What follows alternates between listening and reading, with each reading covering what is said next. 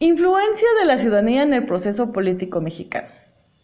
En esta actividad describiré qué es el gobierno, hablaré de algunas formas de gobierno y movimientos políticos, así como la influencia de la ciudadanía en el proceso político mexicano. Como introducción puedo decir que México ha pasado por varios procesos políticos y que dependiendo de la dimensión y calidad de la participación ciudadana será la actuación de su gobierno. Pero, ¿qué es un gobierno? El gobierno es quien ejerce el poder, es decir, que son aquellos órganos a los que institucionalmente se les ha confiado el ejercicio del poder político de un Estado. Este ejercicio de poder puede variar en cada estado. Por ejemplo, la dictadura es conocida como aquella forma de gobierno donde el poder no tiene límites legales ni populares y recae en una sola persona o un grupo muy pequeño. Un ejemplo de ese tipo en nuestro país fue Porfirio Díaz, quien gobernó a través de la fuerza militar y la violencia. Cambió las leyes a su favor para que solo fuera útil y funcional a sus intereses. Otro ejemplo es el caso del Partido Revolucionario Institucional, el PRI, que es catalogado como un partido hegemónico que gobernó por 70 años, imponiendo su poder a través de la violencia, restringiendo derechos de libertad y controlando el sistema a su favor. Pero también a través de movimientos políticos se crearon formas de gobierno como el fascismo, que fue un movimiento italiano que se caracterizaba por la influencia de la nación, considerado como anticapitalista plebeyo, totalitarista que ejerce su poder a través de la violencia, la represión y la propaganda, incluyendo la manipulación del sistema educativo, y además antidemocrático. Otro movimiento es el comunismo, que promueve la formación de una sociedad sin clases sociales, donde los medios de producción son de propiedad común, sin la necesidad de la existencia de la propiedad privada, lo que le da poder a la clase trabajadora. Es como una utopía basada en el colectivismo agrario. Pero, ¿cuál es el equilibrio entre el fascismo y el comunismo? Pues bien, el fascismo es un movimiento que busca la unificación de la nación y comparte ideas capitalistas. Por su lado, el comunismo es un movimiento contrario al capitalismo, que busca que los medios de producción sean colectivos. Aunque sus ideologías son diferentes, su equilibrio entre estos está en sus dirigentes. Son personas opresoras con capacidad de mover masas. Al contrario de estos regímenes de gobierno, existen las formas de gobierno donde los ciudadanos ejercen cierta participación en la vida política del país, es decir, la democracia, que es una forma de gobierno donde se elige quién va a tener el poder y que por medio de votaciones se elige a este. A través de los tiempos, la democracia ha tenido que luchar contra la violencia, la discriminación y lograr que todos podamos expresar nuestra opinión. Por lo tanto, en una democracia las personas tienen derecho a opinar, a diferencia de las dictaduras, que no cuentan con el derecho de la libre expresión y cuando su opinión es en contra del gobierno son hostigados y perseguidos. En una dictadura, los medios de comunicación son controladores y usados para el beneficio del gobierno, como lo fue en México mientras el PRI gobernó. En cambio, en una democracia hay libre difusión en los medios de comunicación.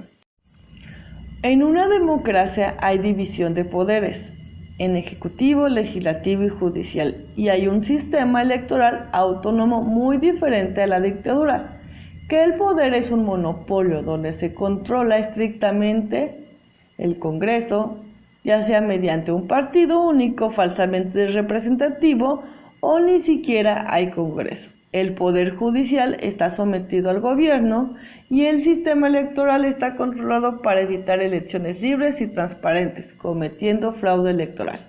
A diferencia de una democracia, que hay libres elecciones de los representantes y el pueblo es soberano y es delegado por medio de representantes elegidos. Dentro de la evolución de la democracia encontramos a la democracia moderna que nace en Europa y Norteamérica. Es una fusión del liberalismo que tiene como elemento principal los derechos del hombre y la democracia que su elemento principal es la participación, creando así una democracia social. La libertad es el valor fundamental del liberalismo y es requisito indispensable para la democracia, pero a través del Estado de Derecho, que define los derechos básicos de los ciudadanos, las funciones del Estado y los procedimientos de decisiones en la política. Así entonces se crea una democracia donde el Estado garantiza sus derechos plasmados en una Constitución. Pero para aquella democracia debe de existir gobernabilidad y legitimidad, pero ¿en qué consiste la gobernabilidad y la legitimidad? La gobernabilidad es entendida como la capacidad del gobierno de dar respuestas adecuadas y oportunas a las demandas sociales y la legitimidad es que los ciudadanos compartan y acepten las decisiones de un gobierno. Es por eso que para que haya una democracia, el gobierno debe de escuchar a los ciudadanos, permitir que participen y en un acuerdo tomar decisiones que serán legitimadas por los ciudadanos, que los gobiernos llevarán a cabo para poder cumplir con las demandas sociales. Si el pueblo no es escuchado y las decisiones que toma el gobierno no son respaldadas por el pueblo, se volvería en un gobierno opresor. Pero para aquella democracia debe de existir gobernabilidad y legitimidad. ¿Pero en qué consiste la gobernabilidad y la legitimidad? La gobernabilidad es entendida como la capacidad del gobierno de dar respuestas adecuadas y oportunas a las demandas sociales. Y la legitimidad es que los ciudadanos compartan y acepten las decisiones de un gobierno. Es por eso que para que haya una democracia, el gobierno debe de escuchar a los ciudadanos, permitir que participen y en un acuerdo tomar decisiones que serán legitimadas por los ciudadanos, que los gobiernos llevarán a cabo para poder cumplir con las demandas sociales. Si el pueblo no es escuchado y las decisiones que toma el gobierno no son respaldadas por el pueblo, se volvería un gobierno opresor. El ciudadano es una parte importante para la democracia. Anterior a la democracia veíamos ciudadanos que eran súbditos del gobierno, es decir, que estaban sujetos a la autoridad y no tenían participación. Con la evolución de la ciudadanía, los roles cambiaron. Ahora los ciudadanos no se someten a la autoridad, sino participan con el gobierno en la toma de decisiones, en la creación de políticas. Pero ¿qué tan bien es ejercida esa participación? En la actualidad vemos constantemente la compra de votos. Situación lamentable para un país que cuenta con democracia, ya que esta refleja la falta de inteligencia de sus ciudadanos en la toma de decisiones en la vida política de su país, convirtiéndose en los clientes preferidos de los partidos políticos a cambio de un beneficio concreto y que es dado a cambio del voto. Es por eso que una participación ciudadana debe ser inteligente y consciente. Recordemos que la participación dependerá de la creación de las políticas públicas, que son los programas que un gobierno, cualquiera que sea, desarrolla en función de un problema o situación determinada que acosa a la sociedad, como la pobreza, la salud, la economía, etc.